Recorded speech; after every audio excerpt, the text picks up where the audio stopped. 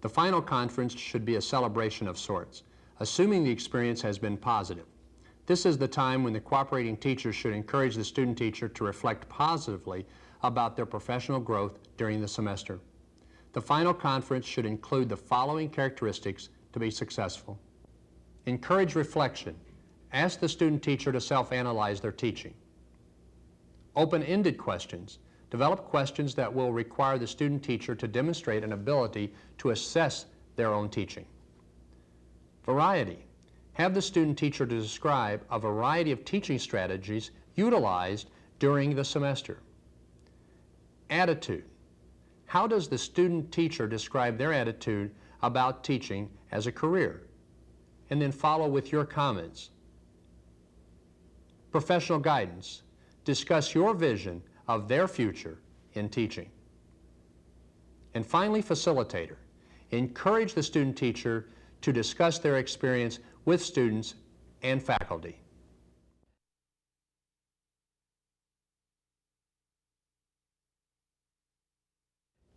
Stephanie, it's the end of the semester. I can't believe it's gone so Neither quickly. can I. And I don't know what we're going to do without you, but we'd like to summarize a little bit and talk about what you remember about student teaching and some of the things you've learned.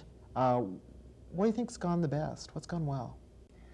I would say that my rapport with you and the kids, it's really blossomed, I would say.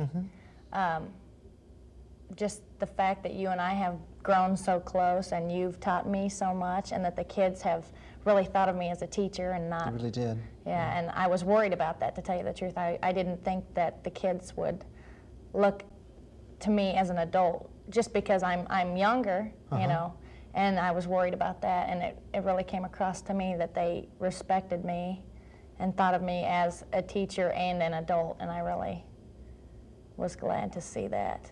What has been the things that you're proudest of? What do you remember that you've really worked on that's really gone well? I would say some of the lessons that I developed. I really enjoyed doing the city unit and the spider unit, because I was really worried at first about, you know, developing it, because you gave me these lessons, or what you would have taught if I hadn't been here, and you said just be free, do what you want to do, and I did. And I was really happy to see how the results turned out, how much the kids actually learned, and watching them do their oral reports and making their spiders. It was rather interesting how... Yeah, you were able to use a multimedia technique. What are some of the different strategies and things that you've used that you remember that have worked really well for you? Well, I always got tired of using the chalkboard all the time, and so for a little switch and variety, I used the overhead. And the kids, you know, they enjoy that change. They get a little bored with the same old thing over and over again. And like in the math, I think they enjoyed the games that I did with them. I wasn't always doing worksheets, and I wasn't always drilling them in the textbooks and things like that. And they liked the math baseball and the flashcards. They liked the challenge. You bet. And I think that in math particularly, with the skills that have to be repeated, the things that you have to keep doing, you found ways to keep the kids interested. They get frustrated, and I tried to make it as fun as I possibly could, because I found math difficult when I was in 3rd grade, especially the subtraction and the multiplication, because you're introducing multiplication to most of them. And to them it gets frustrating, and I like to try and ease that frustration a little bit, and I think it went rather well. It did. They enjoyed it. And with the post-test and the pre-test that I gave, you can see quite a difference on how well they were the results learning. How about memorable stuff? What do you remember the most about student teaching? Yeah, I would think the children, you know, because you meet new children every year, and these kids were just fantastic, rather bright children. And just watching them learn, I think that's my #1 thing that I remember the most, is watching them learn something new and watching them pick it up and then using it, you know, later on in life. Because I would meet a parent and they say, well, you're Miss Brockman, you taught them about the such and such spider. And that, for them to take it home and share it with their parents, means a lot to me, because the they parents actually have been very interested in the units that you've done, and the kids took their work home with pride, and we of course displayed it all around, and we had a kind of a spiders, you couldn't go anywhere without running into a spider here. What was the most difficult for you? My discipline. I remember when I observed through the college, when I had to discipline a child. But it's hard when you learn to love them as a human being, but then you have to turn around and say, no, you can't do that. And you have to come up with a consequence that might make them unhappy, which usually does make them, like time off recess. And that's just hard for me to be consistent with every child. And I've learned to do it more often. I mean, I never stopped doing it, but as far as doing it better, I would say I've grown in that manner. And you had the week that they tested you so much. Oh, yes. Yes. That was frustrating and quite a learning experience. But you worked through it. And I worked through it. You had to become more consistent to get that done. Right. And I think the kids responded well, and they understood. Kids really don't like it when it's not going well either. Oh. Yeah. What's going to be your greatest challenge now as you move into teaching? Probably that, the discipline. Sure. Coming up with new teaching ideas. There are books and you Sure can share and things like that. But it worries me that maybe my lessons, won't be that complete, won't be that interesting. And I think that's my number one strive in my teaching career, is to make learning fun and exciting for the kids. Well, you did that well while you were here.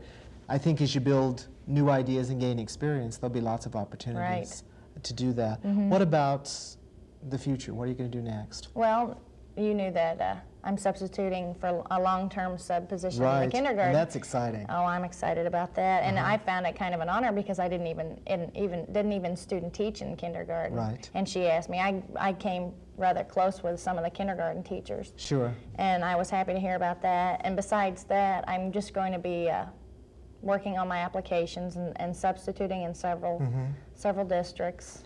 When you do go out and sub, be sure that you're open to all the ideas that you'll see in the other schools. There's a tendency to think, well, you were at this school and this is the way to do it. And there's lots of different ways, and I know you'll be flexible. Maybe you'll even get into some upper grades where you'll get a chance to see. I'd like to substitute kindergarten through 6th just for the experience, because I've never observed or anything in the 4th, 5th, and 6th grade classrooms. And who knows, my mind might change because I'm more interested in the primary grades. But well, I think you'd find 4th very similar to what really, see, I'm what not you thought familiar with that. Yeah. So. And I think the kids, again, they'll respect fun and good ideas, and they really sense whether or not someone cares about them. I saw one of the 3rd graders in the grocery store one day, and they said, "Miss Brockman, we want you to come back and teach at Rising Star." And I said, "Well, what grade?" And he goes, 4th. So, so he could have me next year, and that made me feel real good. But they're thinking about that. I've heard other teachers say that we'd like to have you in our pod, or we'd like to have you down the hall from us. So it's a thing that's echoed. That makes me feel good. How about placement? Have you started your file? Right. I finished it just last week and got my resume finished and everything. So you can begin to send that out? Yeah. I've started filling those out, just as practice, Right. but I haven't typed them up or anything like Well, that. it's a little early, but you want to get those out, and you want to apply to any district that you feel you might want to work toward. Yeah, I'm not picking. I have 3 favorites, but those aren't guaranteed things. Once you get your application in, and I'm sure they told you this at the placement office, be sure to call every couple of weeks and make sure that haven't been any new jobs come open. Also, you want to be sure that you keep in touch with your university placement office. Yeah. Sometimes a job will be noted that They you don't. send me those little notices. That's good, and you want to read and them. that helps me. The thing I guess I would encourage you about is not to panic. You may come up into July. I think you've got a lot better chance than most because of your long term here, but could come into July or even August without your having a job. But we hire a lot late in this district because we have unpredictable enrollments. We don't know who's coming. We had one teacher hired the 15th of August that's here in this building now. And it's stressful. Right. But I think that you've got the potential, and I think you'll interview well. And just keep your contacts up with the placement office, and I think that'll go on. I feel pretty comfortable about my interviewing just because I had that mock interview that my MyTech meeting put on, and I felt rather comfortable with that. I thought I'd be more nervous, but I wasn't. Well, I'm And I glad they're think that'll doing help me. that. Because when I was a student teacher, we didn't have any kind of practice. You just kind of went out and practiced with the school district, and it's a lot better to do it with some people so that you feel comfortable. I'd hate to go into it cold turkey. Yeah. But So I think it's been a really super experience. I've loved it. We've really enjoyed having you.